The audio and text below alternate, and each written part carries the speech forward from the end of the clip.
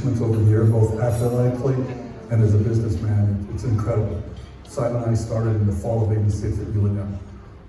Simon had contacted 37 other schools, and UNM, one other, was the only one that showed interest in it. And luckily, Coach Hess, our beloved coach, brought Simon to UNM in the fall of '86 from Australia. At the time, he was just an average pole vaulter at best. And through hard work, dedication, and Simon's very, very driven, he became a 2-time Olympian, 5-time All-American, 7-time conference champ. He was 1993 Australia Athlete of the Year. He won the Commonwealth Games in the pole vault.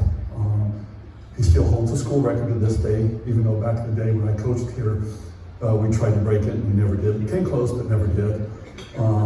So his athletic accomplishments were great. At the time, Simon probably thought he was the best Australian athlete at UNM, but he really wasn't. At the time, we had a basketball player by the name of Luke Longley, a couple of volleyball players, Sharon Browning and Pauline Manser. So really, Simon thought he was the best Australian athlete here, but he was really about the 7th or 8th guy. Hard work, dedication. He became one of the best pole vaulters in the country at the time, and competed for the Olympics in 2 years for Australia. He still holds the world record for left-handed pole vaulters. I only think there's only been 3 or 4 all time, but he still holds the world record. His athletic accomplishments at UNM were phenomenal.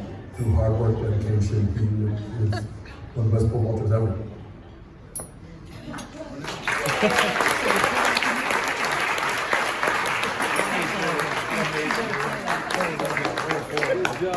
He's a record breaker. During his time at UNM and in his experiences representing Australia, he set numerous records, some that are yet to be broken even 30 years later. As a Lobo, he was a 7-time Western Athletic Conference champion, and he earned multiple WAC records. He was an NCAA All-American 4 times, qualified for the NCAA championships all 8 chances that he had.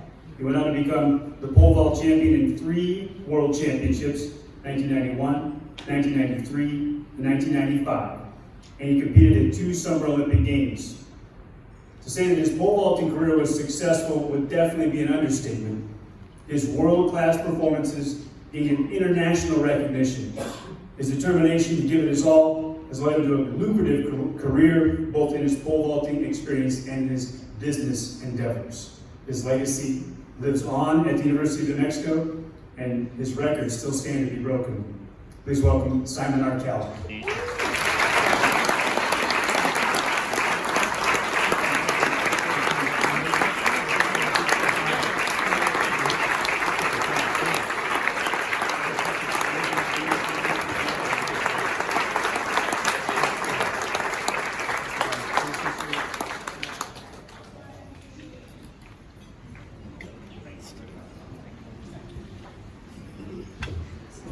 Well, who needs enemies when you have friends like that? He gave me a little heads up that something was coming in the video, and I had no idea. But I'm really honored to be here in the presence of such incredible greatness, and it's just truly an honor. The memories have been flooding in the last 24 hours since coming back to Albuquerque, and it's been just incredible. I want to thank initially Sue Vigel. You have another last name now, it's only been 30 years, where are you? McKeechan. But anyway, Sue, for initially nominating me, I really appreciate that. And I apologize yet again for the type of kids that we were when you came in as a new coach back in the old days, and it was probably very, very difficult to deal with us. I also want to thank the Letterman Association for the honor, and also some family friends. We have Ann Harrison, who arrived today. She actually represents the old country for me, an old family friend from 40 plus years ago back in Adelaide, South Australia, and now lives in Albuquerque. Also my second family, Ed and Jerry White, who live here in Albuquerque. By the way, they own and run Santa Fe Doors, 1-800. You need a door. But what's been incredibly special for me is not only the great memories of the athletic career back here in New Mexico, but just the support that I've had from some friends who've all flown in here from different places, and I want to embarrass them individually tonight, if that's okay with you. when, as Scotty said, when I was wanting to come in and achieve my goals athletically, I realized that I needed to be in the NCAA, had to be Division I, had to be west of the Mississippi because I'm from Australia and I can't pole vault in snow. Little did I know, snow in Albuquerque, no indoor facility, oh well. Got a scholarship though, yay. Tuition only, forgot I needed to eat, oh well. But I was in, I had the foot in the door, and that was the main thing for me. But growing up, I never really had brothers, but I can truly say that I've got a band of them now, 33 years later. When I did write those 37 letters, as a 15-foot 7-inch pole vaulter, little did I know that I would be completely ignored and told to piss off by most of them. But 2 of them showed interest. One fell off pretty early in the game, and it was really just Coach Hessel here in New Mexico. He was a living legend in my mind. He became a father figure to all of the guys who are here at the table tonight. He let me call him Collect before I arrived into the US.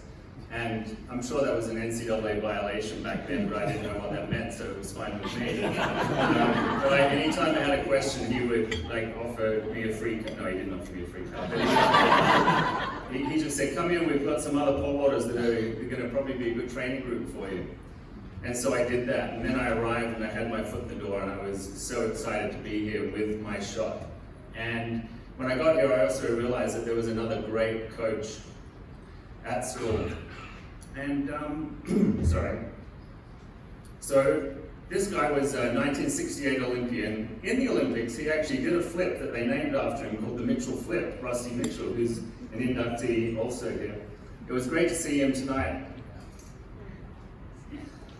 After decades, and wondering if I'd ever see him again, and he's here tonight. It was amazing. And when I walked up to him when I first arrived with these incredible Olympic aspirations, and I said, I need to be a great gymnast if I'm going to be a great pole vaulter. Will you let me come and train with you? And he said, no, piss off. And, actually, he was way more polite than that.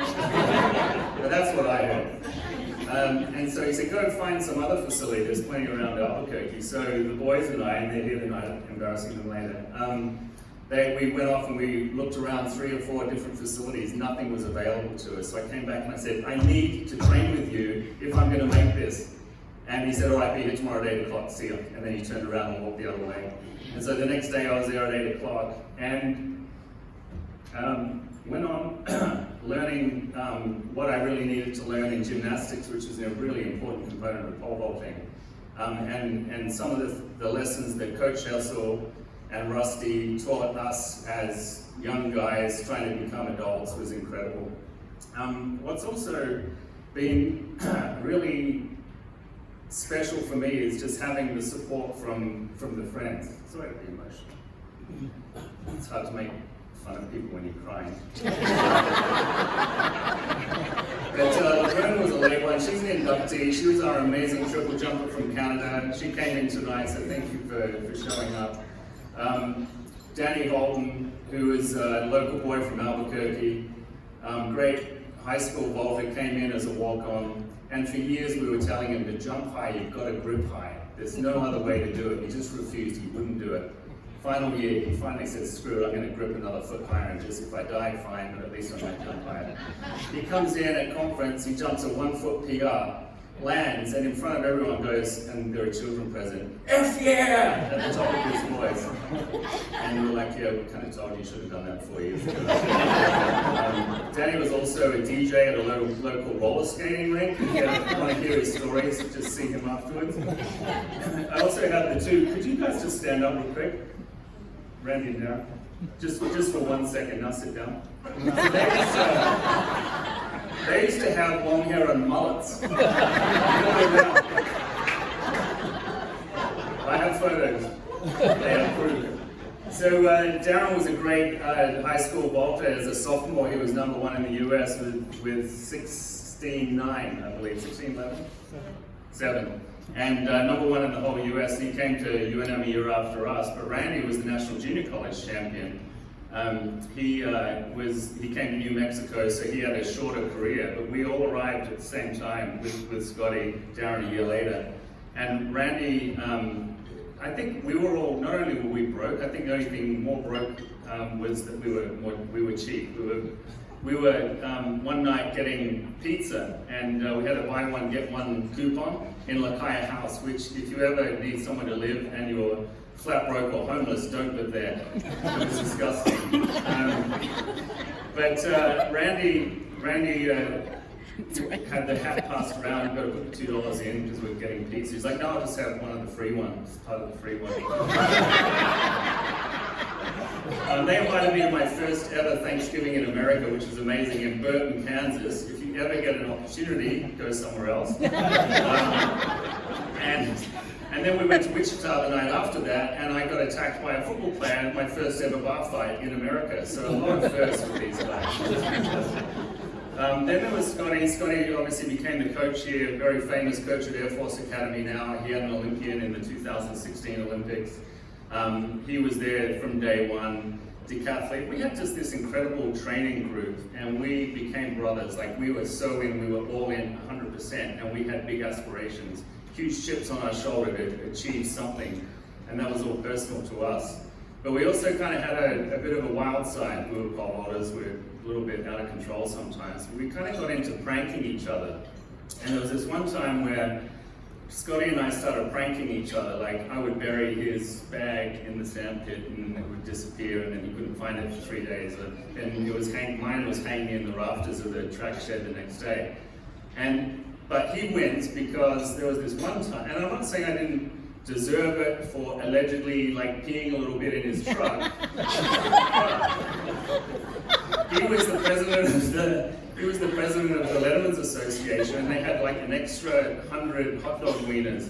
I came out from the weight room one time, and he'd literally put 100 wieners all over my car. I got the antenna, under the windshield wipers, under the door handles. He wins, and I was like, I'm out. I can't even handle the pressure anymore. And then lastly, I have to say that I learned after about a year or two that living with disgusting, smelly athletes was the wrong strategy.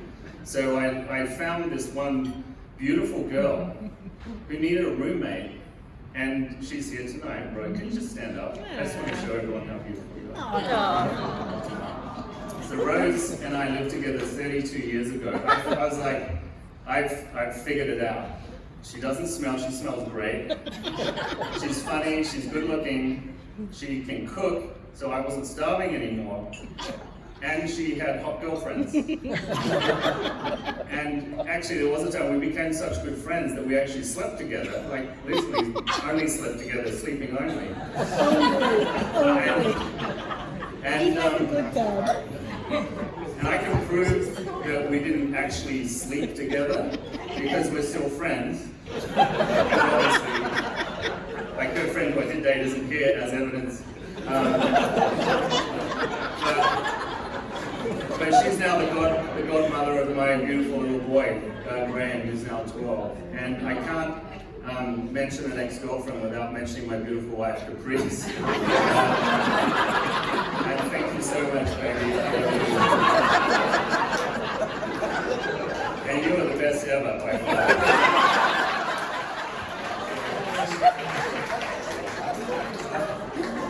So, on that note, I do want to be serious for a second. This has been a tragic week for the whole community with obviously what happened on the football team. I just wanted to not let that go unnoticed. I think it's horrific. It also brings back a flood of memories about another great friend of ours, Darren Crawford, who died before his 30th birthday. He was an incredible athlete, shot putter, still holds the school record at UNM, multi-time All-American, great guy, good friend of ours. And he just went way too soon. Although there is one funny story about him. When we used to check into hotel rooms, we would people would wrestle or do backflips on the beds or whatever stupid stuff we would do. He and the other shot putter, Greg Reese, between them weighed 783 pounds. And they wrestled and they like, whoops, fell into the wall and collapsed the wall in this hotel room. And like, oh my God, Coach Hustle's gonna freaking kill us. What are we gonna do? So like, okay, hold on. So I got nominated, we came up with a story. I had to call reception. I'm like, yeah, we just checked into this hotel room and there's this huge hole in the wall. They're like, oh, I'm so sorry, sir, we'll move you immediately. And then we got away with it. So anyway, sorry to take so long with these stories, but I just want to say that all of the great sports memories are fantastic, and beating BYU was especially fantastic. Every single time, by the way, not to brag. But just the brotherhood and the memories and the friendships and the love, 10 times better. So thank you, everyone.